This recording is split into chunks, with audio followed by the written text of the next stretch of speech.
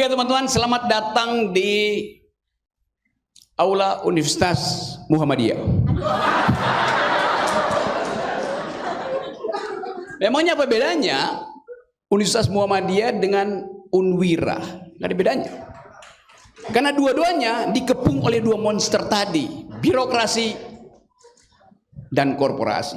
Nasib Muhammadiyah dan Unwira sama. Anda hanya diminta oleh Raja Wakanda untuk memberi stempel penelitian yang biasa disebut sebagai namanya studi lingkungan. Jokowi mau bikin IKN, dia putuskan secara politik, artinya harus jalan. Lalu dia bilang, Unwira dan Muhammadiyah buatkan AMDAL. Untuk apa? Untuk membatalkan ambisinya, bukan untuk membenarkan ambisinya. Kan kasus kita pertama adalah kerusakan ekologi di Kalimantan yang disebut sebagai bagian dari politik antroposin Jokowi, upaya untuk membatalkan kehidupan alamiah. Dimulai dari ambisi dia untuk meninggalkan legasi itu. Oke, boleh aja. Tapi di dalam ilmu lingkungan, AMDAL harus mendahului keputusan politik. Sekarang Jokowi udah putuskan untuk pindah, baru minta universitas, Unwira, Muhammadiyah, Universitas Mula Warman segala macam, buatkan AMDAL. Maka disogoklah dosen-dosen. Untung sekali ada seorang dosen yang balelo, namanya Dedi. Yang bahkan udah ditegur oleh moderator, dia masih terus-menerus ngoceh. Karena bagi dia, yang diucapkan itu sangat fundamental, sangat radikal. Dia tutup dengan doa. Doa dari rakyat yang memprotes Tuhan. Karena Tuhannya ada di Ruteng rupanya.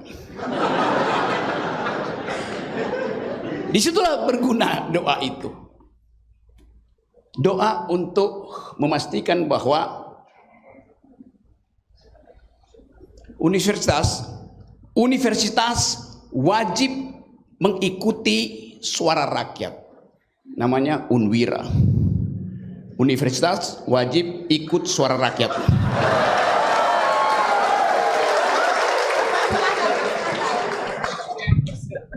Dalam bahasa Latin, Vox Unwira Vox Dei. Yang diputuskan oleh Unwira pasti disetujui oleh Tuhan. Tetapi persetujuan Tuhan itu memerlukan gerak langkah politik rakyat. Karena itu universitas harus mensponsori gerakan-gerakan radikal yang menginginkan kembalinya hak, reclaiming our rights. Itu dasarnya. Masalahnya sekarang adalah kita bicara tentang istilah tadi, sustainable development. Persyaratan apa supaya sustainable development itu bisa dijadikan policy masa depan? Yang pertama kita persoalkan adalah the sustainability of the idea of sustainable development. Sustainable enggak ide sustainable development itu? Yang dulu diputuskan bahkan oleh kanselir Jerman ketika dia menulis buku Only One Earth itu, hanya satu bumi itu. Jadi kalau tema ini adalah membedah politik ekologi di Nusa Tenggara Timur, kita mesti ucapkan secara lebih holistik. Tidak ada krisis ekologi di Nusa Tenggara Timur. Tidak ada krisis ekologi di Kalimantan, tidak ada krisis ekologi di Kanada, di Kutub Utara. Yang ada krisis planet. Kita mulai membaca itu. Karena apapun yang dikerjakan oleh Kalimantan di NTT, dia bisa berakibat di Kanada. Apa yang terjadi di hutan Amazon bisa menimbulkan badai di California. Kepak sayap kupu-kupu di hutan Amazon bisa menimbulkan badai di California. Pohon yang saya tanam tadi di situ bisa berakibat pada tumbuhnya harapan di Kalimantan. Tadi saya habis tanam pohon di situ oleh teman-teman. Itu yang disebut sebagai butterfly effect. Tadi saya menanam sungai di depan rektorat. Jelas saya nanam sungai tadi. Saya nggak nanam pohon. Bentuk yang saya tanam adalah pohon cendana. Tapi buat saya menanam sungai. Untuk membuat radical ideas. Apa itu sungai? Sungai adalah sesuatu yang mengalir dari puncak gunung pergi ke muara laut. Yaitu definisi zaman dulu. Ketika ada krisis ekologi, kita mesti ubah pengertian itu. Di dalam pohon tadi ada kapiler yang datang dari gunung. Pertama kali dia melewati kapiler itu, dihisap oleh matahari, terjadi fotosintesis, lalu menghasilkan oksigen. Jadi sungai adalah aliran air ke semua tempat yang memungkinkan kita hidup. Pohon adalah sungai. Akar pohon itu menarik air itu ke kapiler. Kita dapat oksigen. Di malam hari ada embun di situ. Pagi-pagi dia jatuh ke bumi, membasahi rumput yang adalah selimut bumi. Sirkulasi pikiran itu yang mesti kita tanamkan pada Presiden Prabowo, supaya dia paham bahwa sungai bukan yang dibendung untuk jadi bendungan, bukan. Memotong pohon itu artinya menghalangi aliran sungai untuk pergi ke pucuk pohon. Jadi kalau kita bayangkan bahwa konsep ekologi itu bukan sekedar apa yang dimaksudkan oleh Jokowi untuk memindahkan IKN lalu minta diamdal di situ. Hak cacing untuk menggemburkan tanah di IKN berubah menjadi hak beton untuk dicorkan sebagai fondasi istana negara. Hak burung untuk pacaran di pohon-pohon sekitar IKN hilang, ditebang habis pohon itu. Akibatnya apa? Hak mahasiswa untuk membuat puisi yang menggambarkan romantisnya dua burung yang berpasangan di ranting-ranting Kalimantan nggak ada artinya lagi. Jadi kita mau bahas itu dari sudut pandang radikal ekologi itu. Nah sekarang ada problem. Seberapa kuat energi pengetahuan kita selundupkan ke dalam birokrasi, ke dalam kabinet yang baru tuh.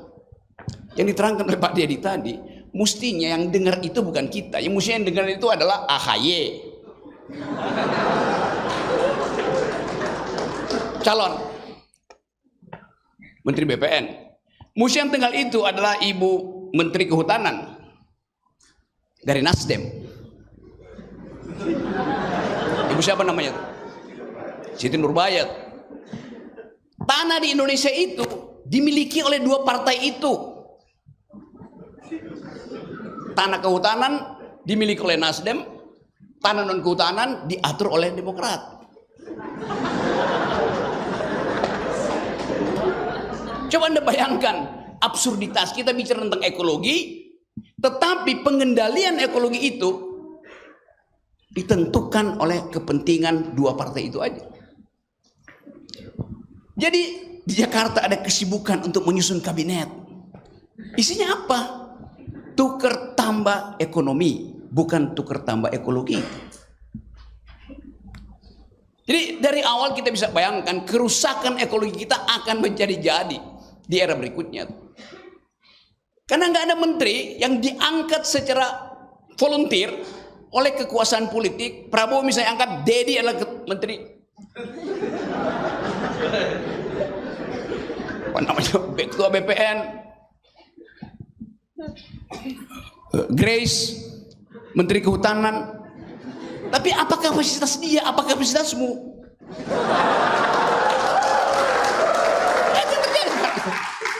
Karena itu Anda akan lihat kabinet itu isinya adalah dengkul ketemu dengkul. Di sini otak ketemu otak. Jadi kita lihat kontras yang memungkinkan kita marah. Tapi kita sekarang berpikir kemana kemarahan itu kita muarakan ke dalam politik alternatif. Itu pentingnya membentuk kekuatan untuk mengatakan tidak pada birokrasi, tidak pada oligarki, tidak pada... Belum ada potretnya ya, belum diganti.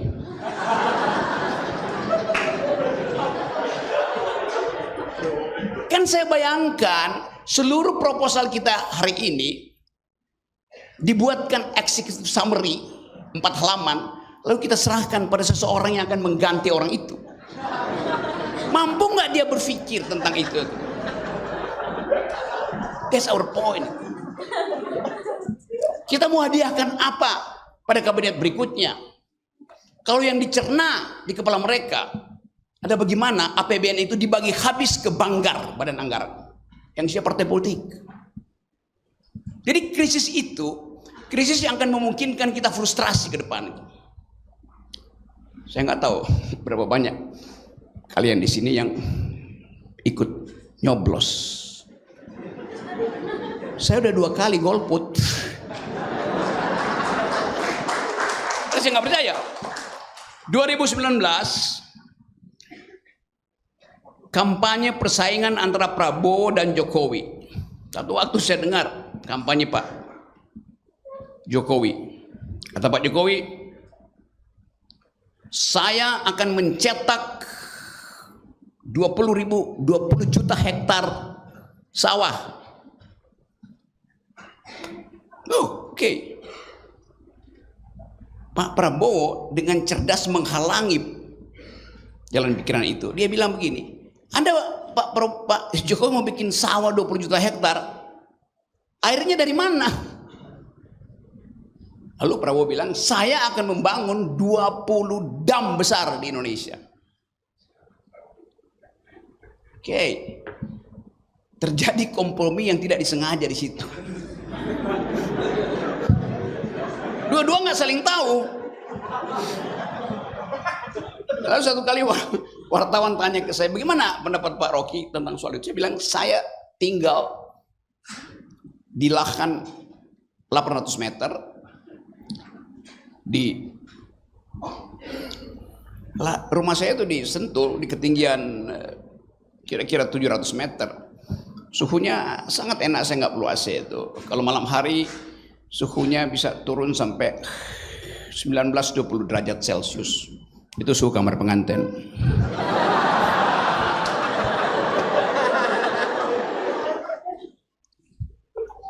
Jadi suatu ditanya begitu, saya bilang, waduh, kalau saya pilih Jokowi, dia akan ambil tanah saya untuk bikin separuh itu untuk bikin sawah. Kalau saya pilih Prabowo, separohnya dia akan ambil untuk bikin bendungan. Jadi 2 orang ini akan mencaplok tanah saya. That's the logic of ecological mode of thought. Itu dasarnya kan. Kemampuan kita untuk mendalilkan. Apalagi pula ini ada telepon. Bentar.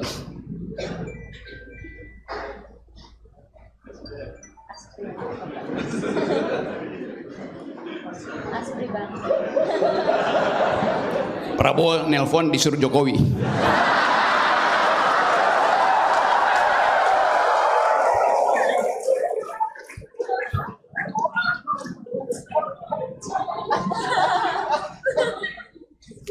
Mungkin ada intel di sini melaporkan ke istana.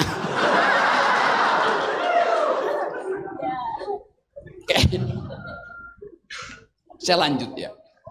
Tadi disebutkan problem negeri ini adalah upaya untuk bertanding menyediakan energi dunia. Bertanding. Coba saya buka supaya dia dengar ya. Jadi kita ada dalam keadaan yang memungkinkan kita bekerja sama untuk memikirkan mungkin nggak Indonesia jadi produsen energi terbarukan. Itu pertanyaan inti bagi kabinet nanti.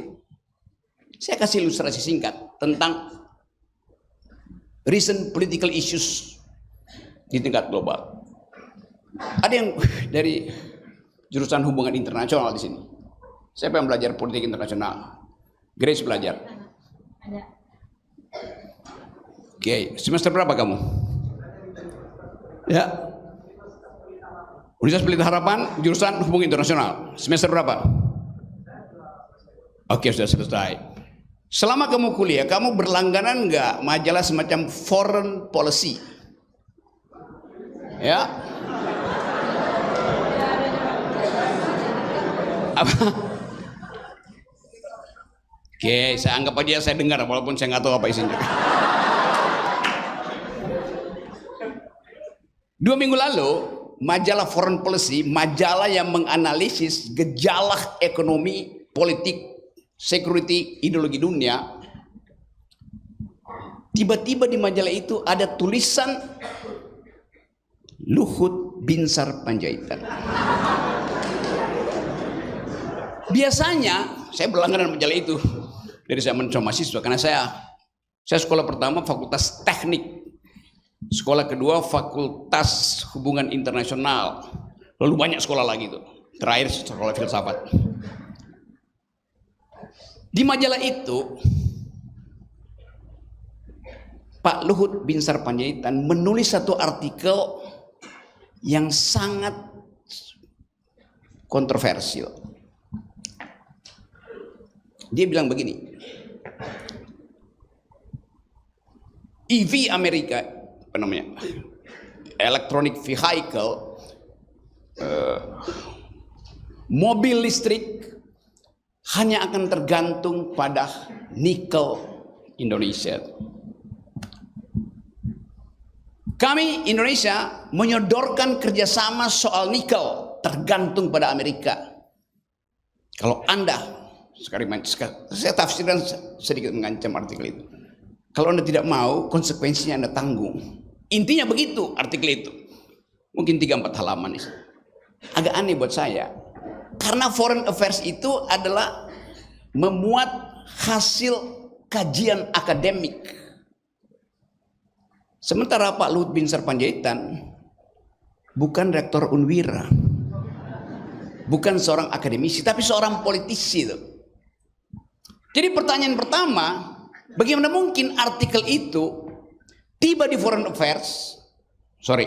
Policy, dan pasti akan dibaca oleh Joe Biden di dalam asumsi beliau, atau akan dibaca oleh investor-investor yang sedang melakukan riset tentang energi terbarukan, energi alternatif. Jadi bayangkan Indonesia frustrasi sehingga mesti menulis paper itu. Mungkin Pak Jokowi udah kesel karena ditipu terus oleh Elon Musk. Terakhir ditipu oleh Apple. Maka dia ancam Amerika dengan pikiran yang seolah-olah akademis karena ditulis di jurnal akademis, padahal itu adalah proposal politik, juntoh proposal bisnis. Jadi Anda bayangkan bagaimana proyek energi Indonesia itu bahkan diupayakan untuk dipamerkan, dijual murah dengan artikel semacam. Mungkin itu artikel sponsor aja, saya nggak tahu. Mungkin ada orang yang buatin itu atau redaksi menganggap ya muat aja lah buat sekaligus nunjukin bahwa ini kebodohan Indonesia begitu tuh. Satu waktu kita akan tahu apa motif itu. Jadi Indonesia frustrasi karena nikelnya itu di dalam penelitian dunia tinggal 8 tahun habis nikel itu. Akibatnya apa? Semua pemain nikel berupaya untuk mengeruk lebih banyak lagi karena tahu akan habis. Perspektif ekonomi yang bertentangan dengan proses ekologis. Mestinya kalau tinggal sedikit jangan lagi dieksploitasi. Kan begitu rumus oikosnya. Tetapi karena tadi tekanan akumulasi global dan keinginan Jokowi untuk punya dolar memaksa kita berpikir bahwa artikel itu adalah artikel untuk membujuk investor asing masuk ke Indonesia. Oke, itu 2 minggu yang lalu. Seminggu yang lalu saya baca artikel di tempat lain, di The Guardian, dibahas juga di New York Times. Artikel itu menerangkan bahwa Amerika sudah menemukan energi alternatif namanya sodium ion. Dasarnya apa? Yang belajar kimia tahu sodium apa? Natrium, garam. Ya, sodium ion yang daya suplai energinya melampaui daya suplai nikel untuk mengaktifkan mesin-mesin kalkulasi di zaman artificial intelligence. Mesin-mesin learning mesin itu yang kita sebut artificial intelligence, dia harus beroperasi 24 jam terus, dia mengkonsumsi energi banyak. Dan supply energi paling efisien datang dari sodium ion itu. Dan pemerintah Amerika mensponsori penelitian itu melalui APBN. Jadi mungkin ketika Pak Luhut selesai menulis, diterbitkan, tiba-tiba artikel itu pingsan mungkin Pak Luhut. Ya elah, ternyata Joe Biden udah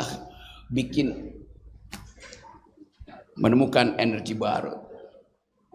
Kita tahu bahwa energi itu adalah bagian dari politik intelijen sebuah negara. Energi itu selalu disimpan, rumusnya tuh. Setelah selesai mungkin tinggal produksi baru dia buka. Nah kita nggak punya kemampuan itu. Nikel kita dengan mudah, dia itu cuma bagian itu hilirisasi selesai dibikin apa namanya smelter, habis sudah. Jadi terlihat bahwa persiapan politik ekologi kita dibatalkan hanya karena kecerdasan kita untuk membaca potensi negara lain melakukan riset tidak kita miliki. Sementara orang kayak Elon Musk pasti dia punya intel ekonomi di sini untuk melihat apa yang dilakukan Indonesia. Jadi nggak ada gunanya diplomasi kalau tidak ada kemampuan intelektual origin kita untuk menghidupkan riset. Dan sekarang riset itu ditagih oleh seluruh dunia. Risetnya harus mampu untuk mempertahankan the very idea of sustainable development. Itu dasarnya. Saya balik pada soal nikel tadi. Apakah nikel merupakan energi yang sustainable? 8 tahun habis. Kalau sodium, natrium, air mata kita itu mengandung garam. Jadi kalau para pria di sini habis diputusin oleh pacarnya, dia menangis, tangisan dia teteskan ke HP-nya, HP-nya hidup. Karena listriknya dapat langsung dari air matanya yang mengandung sodium. Jadi perbanyak tangisan supaya HP-mu tidak lowbat. Jadi kita masuk di dalam satu cara berpikir yang radikal. Bagi mahasiswa, bagi researcher, dosen, do think the unthinkable. Itu prinsipnya. Berpikirlah yang tidak dipikirkan orang. Mungkin artikel Pak Luhut tadi diprovokasi oleh pesaing-pesaing energi terbarukan. Dan mereka tahu artinya, ya Indonesia nikel doang yang 8 tahun lagi habis itu. Apalagi kalau kita bertemu dengan critical mass, critical society di Eropa misalnya. Setahun lalu saya mondar-mandir di Eropa, ketemu dengan anak-anak muda di situ, termasuk anak muda Indonesia. Mereka bilang begini, negaramu itu mempromosikan hilirisasi. Energi di hilir itu bersih, pasti bersih, smelter selesai. Tapi bagi mereka problemnya bukan apa yang ada di hilir, tapi apa yang ada di hulu. Di hulu itu dia tidak persoalkan sumber yang menyebabkan dia bersih. Yang dipersoalkan adalah cara memperoleh lisensi untuk mengolah nikel ekstraktif komoditi di hulu. Mereka temukan nikel yang disebut bersih itu di hulu itu cuma dikuasai oleh 4 oligark. Artinya tidak ada kompetisi, artinya tidak demokratis di peroleh itu, artinya kotor secara politik. Bagi anak muda di Eropa itu dia nggak peduli. Anda klaim dia bersih, tapi dia mau periksa proses memperoleh energi bersih itu bersih apa tidak secara politik. Kalau di hulu cuma dikuasai 3-4 orang, dia bisa kendalikan itu tanpa hak publik untuk menentukan bermanfaat nggak eksploitasi di hulu itu. Itu yang kita sebut sebagai the political economy of energy policies. Jadi dalam soal Nusa Tenggara Timur, coba riset tadi. Siapa yang bermain di mana, di backing oleh siapa? Tadi sudah disebutkan, negara itu broker.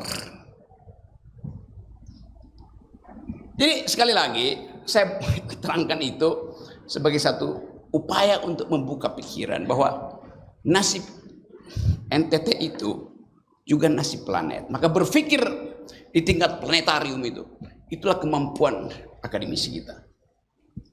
Di Jakarta nanti kabinet itu cuma berpikir secara sektoral. Apa yang akan dia bikin di NTT, apa yang dia bikin di Flores, dia bikin di Jawa Barat, macam-macam, di Sumatera segala macam. Tapi kita kalangan akademisi mau berpikir holistik, mau berpikir ekologis. Jadi saya senang di sini karena dibuka kesempatan bagi kita untuk mempertengkarkan nasib kita, bahkan dengan dalil-dalil peradaban global. Jadi dari pojok Unwira kita katakan bahwa kami mampu berpikir melampaui kemampuan berpikir kabinet yang akan datang. Terima kasih. Oke, terima kasih banyak Bang Rocky.